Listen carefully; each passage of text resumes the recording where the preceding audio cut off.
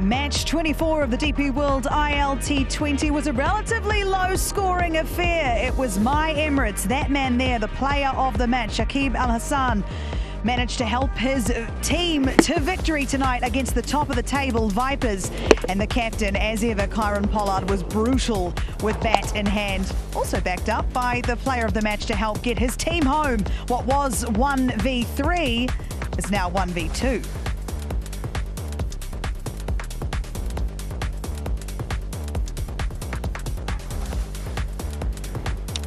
So as you can see, a relatively low-scoring affair. As I mentioned, 2 games and 2 nights on that surface, and the Vipers struggled on both occasions with the bat out here at Dubai International Stadium. I'm a lucky girl. Alan Wilkins is finally down here with me, Andy Flower, and the player of the match, Shakib Al-Hassan. Congratulations. How are you feeling? We spoke at the halfway point. You felt pretty confident about that run chase, and you were there at the end. It's a good day at the office. Yes, very good at the office, I'd say. For my Emirates, I think we are sitting on the 2nd position, which is obviously a great thing. We have a couple of more games to go. Obviously, it would be nice to qualify in the top 2. That's our aim at this moment. So very happy where we are sitting at this moment. Yeah, absolutely. Now, Andy, we've watched 2 games here in 2 nights. The Vipers have struggled on both occasions, really, on this surface with the batting. Is it just bad batting? Maybe they're a bit tired of winning. Do you think that might be what it is? Well, look, Shakib did a brilliant job, actually, because it was obviously slightly tricky to bat out there tonight. You wouldn't get so many people struggling with form all at one time. So just hanging in there and making sure that you were not out at the end. Coaches, selectors, captains, they love people who do that. And Shakib did that tonight. Might have felt a little bit scratchy, perhaps, Shakib, but to actually be there at the end, be there to bat with Pollard. Pollard turned the game quickly in that one chance that he got against Qais Ahmed, and you were there at the end. Tell me, how do you like taking on chases like that? Yeah, I think it shows a lot of characters because, obviously in T20 games, you'd like to hit boundaries. It's not easy for a batsman to go out there, and defending like a test match or playing like an ODI match. So obviously, if you are a spectator, it might not please your eyes, but that's the dirty game someone has to play. And in our team, most guys can hit 6s easily. So I had to do that job, and I'm very happy that I could contribute that way. You did a great job tonight. Wilco, you interviewed this young man at the end of the night. You complimented on his bowling and the areas he was hitting tonight. How would you best describe his performance with the ball to get him his 2 wickets tonight? Straight out of Mirpur. This pitch, if you could roll it up and take it somewhere, you could take it back to Chattagram or Sylhet or Mirpur, because I knew that pitch was tailor-made for Shakib Al-Hassan. If you're going to get something out of a pitch, this man will do. He's been the ICC #1 player for as long as I can remember, and you're going to get something. Oh, and how about the catch? I mean, you made it look easy. When the ball's coming straight back at you as a bowler, you kind of, do I go for it? Do I stay back a bit? It was a very good catch there. That's part of our Cycle Hub catch of the season. I just thought the pitch was tailor-made for Shakib Al-Hassan. And how quickly did you figure that out, do you think? Once you started out there, do you think this could be my night? No, looking at the tournament, I always felt like this pitch will suit me more than any other pitch in UAE. So I was looking forward to play actually here in Dubai. I couldn't get the opportunity to play the other game when we played, but today I got the opportunity, so I had to make sure that I put the ball in the right areas. There are natural help for a bowler. If you put the ball in the right areas, if you're hitting the stumps consistently, I think that would do job for a bowler. So that's what I was trying to do. Well, let's have a little look at some of your variations on this pitch here tonight. And Andy, when you look at them, what does it tell you? What story does it tell you about his performance tonight with the ball? Well, there were a couple of lovely big turners. Both of those balls turned appreciably. That's a big turner and bounced. Look where Pooran took that. And then there's the arm ball that slid across. Seam up arm ball. Beautiful piece of bowling that beat the left-hander on the outside edge. That was wonderful bowling to watch. So those sort of variations, obviously you've been doing that for many years now. Tell us a little bit more about your bowling tactics on this type of pitch? Yeah, I think vary your pace in this type of pitch especially is very crucial. You know, when you ball a little quicker, it might skids on one, and then when you throw it up a little more, you know, it got spin. So very hard for the batsman, but bowler need to make sure that they put the ball in the right areas. You know, they play with batsman mind rather than anything else. Yeah, and you are the master at playing with the batsman's mind. I've been playing for long, so I know many batsmen. You do. Yeah. The other thing is, Laura, about Shakib, and Andy, how many players do you ever see rushing at Shakib? They don't, because you bowl it from here, it's flat, and you spin the natural spin of the ball, but nobody rushes down the pitch to you. They're scared. You must see them coming as well, if they do. I think I was always good at reading batsmen, but obviously in this type of wickets, batsmen are a little tentative also, because they are not sure which one will turn and which one will skids on. So batsmen are a little tentative going, you know, at bowlers. So I think that's what happened when they're not sure about whether it's turning or not. Well, I'm going to let you go because you probably need a cup of tea and a lie down after that. You had a good day at the office. Thank you. Thank you for coming over and talking to us. Really appreciate it. You can go and celebrate with your troops now. Congratulations. And second spot's a nice way to finish the evening. Thank you so much. Thank Thanks, you. Shakib. Well And boys, done. he's not that scary. I don't know what you're talking about. Thanks, No, Shakib. he did a great job, and he was backed up beautifully by Zahoor Khan. We saw yesterday he played incredibly well. What did he continue to do from yesterday today? Zahoor? Yeah. Yeah. Well, Zahoor's particular skills are bowling Yorkers and bowling slower balls, and that's why he's used at the death a lot. So Pollard has worked with him before. I mean, that's a full toss that he's got wrong, and he picked up a wicket with it. But that's what he does well. That was an in-slanting, I wouldn't say swinging, but in-slanting Yorker that caught the tiny outside edge of the bat and slammed into the stumps. When you ally that type of straight Yorker bowling with excellent slower balls, and Pollard cleverly bowled him with the leg side, the long side, he's a difficult guy to get hold of. He is, and you mentioned Kieron Pollard there, and I want to talk about him. I mean, I love him. I don't want to come on too strong, but I love him. I love watching the way he operates out there. I like how yappy he is. He's in everyone's ear, but he's always doing something. He seems very proactive. Tonight with the bat was sensational. When he got a hold of it, I mean, hold on to your lunchbox because, you know, everyone was a bit worried about where it was going to go. He is a thinking captain. He's a thinking player. You know, he still loves to compete, and heaven help if you're in the way of one of these. Well, I mean, he hits the ball as ferociously as anyone I've known, and you know, he keeps doing it. I mean, that hit, that we measured it at 101 meters, but I reckon the measure must have stopped at 101 because I think it was a bit more than that. But he's brutal, and I just, even when talking to him there, you know, he gives you such good considered answers. He's thinking about the field all the time. He's always thinking about ways to change the game.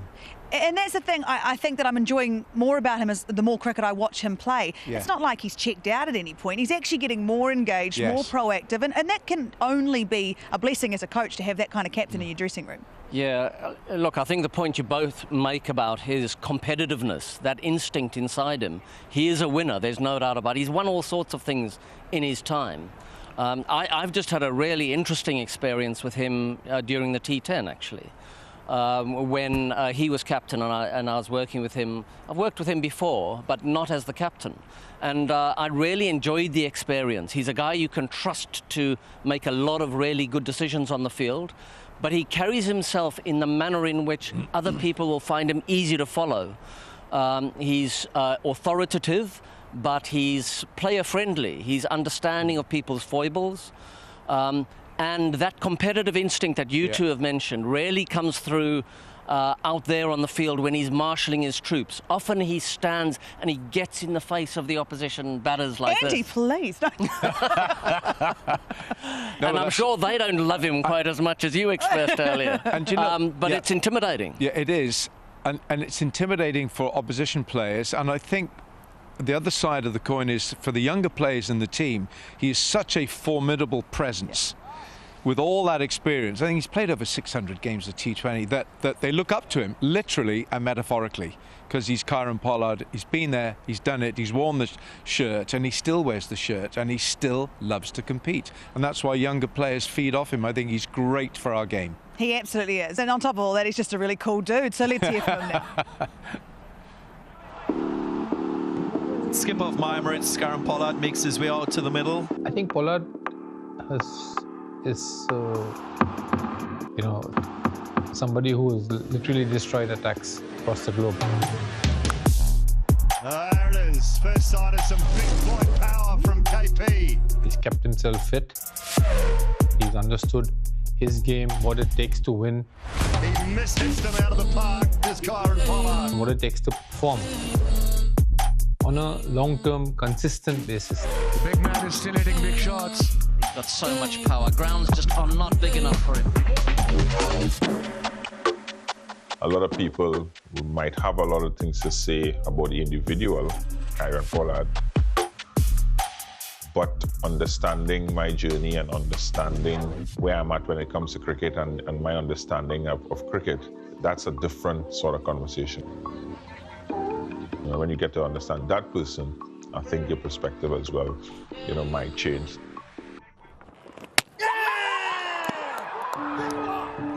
My journey right now is sort of we look at it as a hybrid model where I'm playing, I'm coaching. I'll continue to learn, continue to evolve, and continue to stay in touch with the younger generation, because you can't go too far out of touch with them, because then you'll be left behind. One of the most important things is giving back. Obviously, I've gathered a lot of knowledge around the world, and it's something that, what I didn't have in life, is that person who has been there, done it, and being able to pass that on. So for me, the coaching aspect of it is just trying to help the next generation be the best versions of themselves, not change them, because they'll come with different skill sets and all of that, but help them to evolve, because it's a very difficult place to maneuver from a mental, emotional, physical, and performance perspective.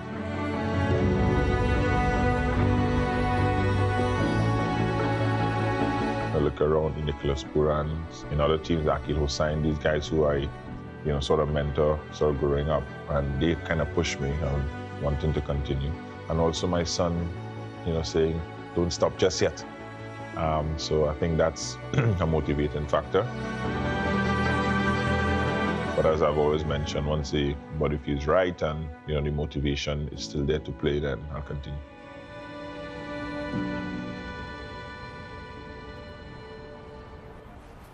You see what we're saying now? What a dude. What a guy. He's great. And I suppose the question now is, with him, the way he batted tonight, the way he's captaining, the way his team's responding, am I now peaking at the right time of this competition? Well, I think so. I just really, really enjoyed that interview. He hits the right note in everything for me.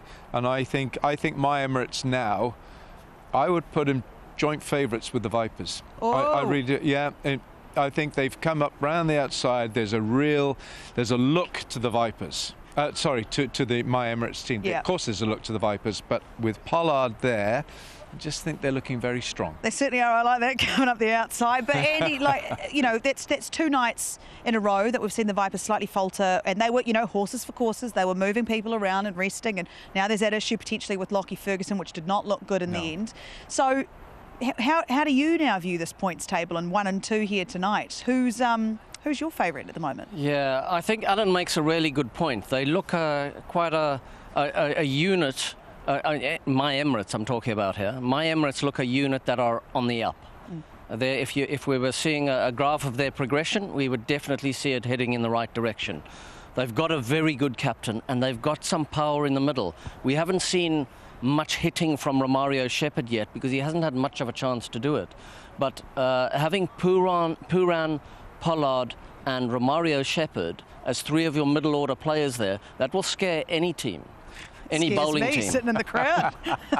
So I think they are coming up on the outside. Vipers are a very confident unit.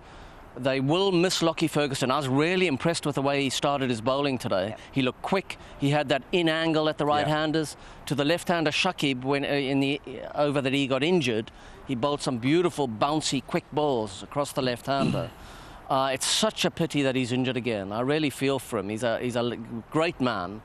And now he's on the sidelines again, and he was properly hobbling. That's going to be a while that he's out. Oh, well, fingers crossed it's not too bad, and hopefully we get to see him again in this competition, but potentially in the finals. All right, Alan, it's your turn to start the car tonight. Yeah. You go and turn the heaters on for us. We'd appreciate that very much. All right. Yeah, I'm going, am I? Yeah, you're off, Doc. All right. Love you. Thank you. It. Andy, you're stuck with me again, you poor thing. Thanks so very are much. you guys. You wait right there. We're going to take a short break, and when we come back, Hazy's with us, and we're going to look at what's coming up tomorrow on the DP World ILT20.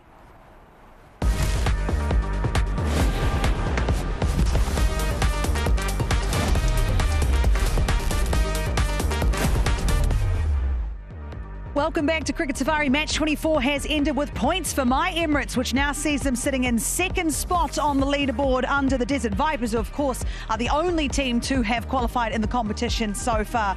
Plenty of work to do down the bottom, which makes tomorrow's game very, very interesting. Andy Flower is still alongside me. Mike Hazeman also joins us. And Hazy, it was an interesting game of cricket tonight between two, would you say, the best teams in the comp that you've seen so far? Yeah, I mean, obviously you've now got to sort of question whether they should have left those players out. I guess what happened to Lockie Ferguson, maybe that's the right call. I'm not saying that the stress and strain on all the players is the same, but Lockie's had some problems, we know that, and let's hope he's going to be okay.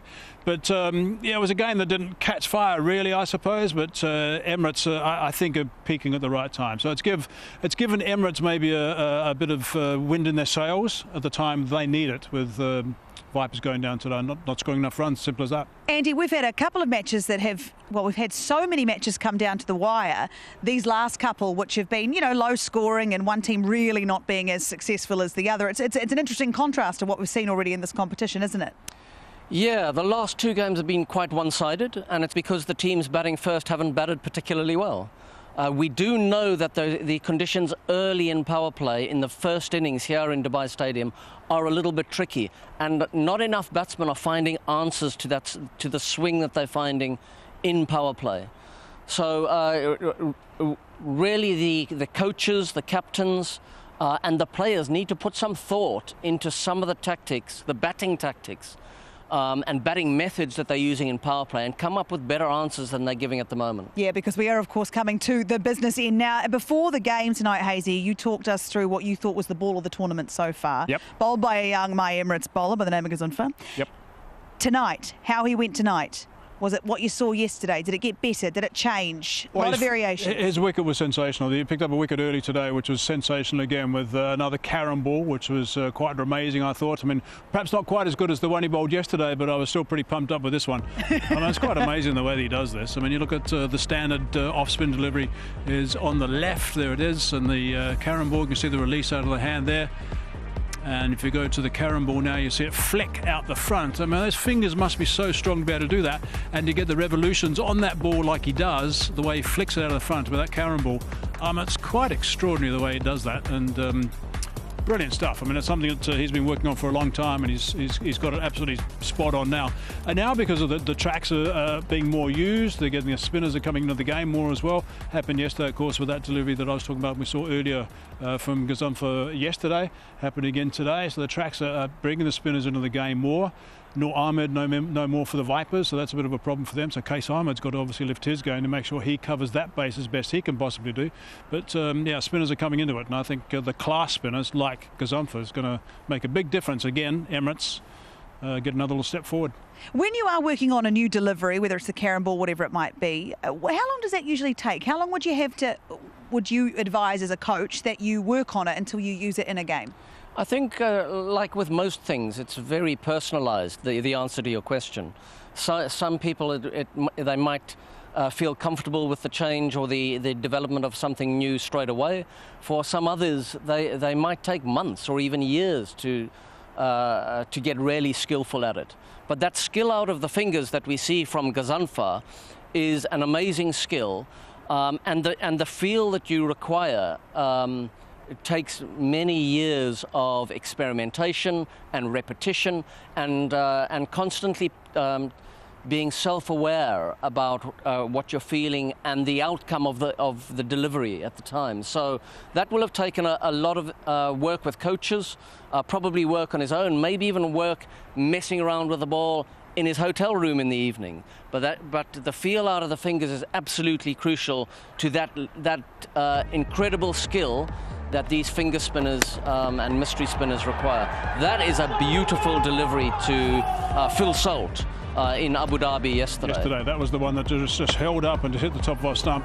I saw him first bowl when he was 17 years of age for Afghanistan, and I was amazed then. He was bowling it then, not to that ability, but he was bowling it then and bowling it very well with great control. So he's been working on that for a long time. Obviously, I'd seen some of the boys do it before, and I decided, well, hang on, it's going to work for me, because there was the delivery that the Dusra, of course, used to be bowled, but now that can't be bowled, so they got to come up with something different. That's extraordinary. They say the first to ever bowl that was a guy called Johnny Gleeson for Australia, back in the 60s. No, I didn't see it, Laura. Well, I before certainly you asked. didn't, if that's what you're thinking, Hazy. So don't worry about it. Hazy was in that game. I want to talk about tomorrow's matchup because it is a really interesting one. It is a bottom-of-the-table clash. Both teams desperately need these points. I mean, none more so than the Sharjah Warriors, who are firmly on the bottom of the table. Andy, how would you see JP Duminy and his Sharjah Warriors bounce back for this one? Well, they're going to have to bounce quite high because they're bouncing off quite a low. They've had a couple of bad losses recently. The last match when they decided to bat first here in Dubai Stadium, that was a bad loss for them, and I would imagine that's really hit their confidence hard. So they're coming up against the Knight Riders, who themselves have been struggling a little, but Jason Holder as the skipper, leading from the front, bowling the first over with the ball, excellent in the field. He's an ex-West Indian captain.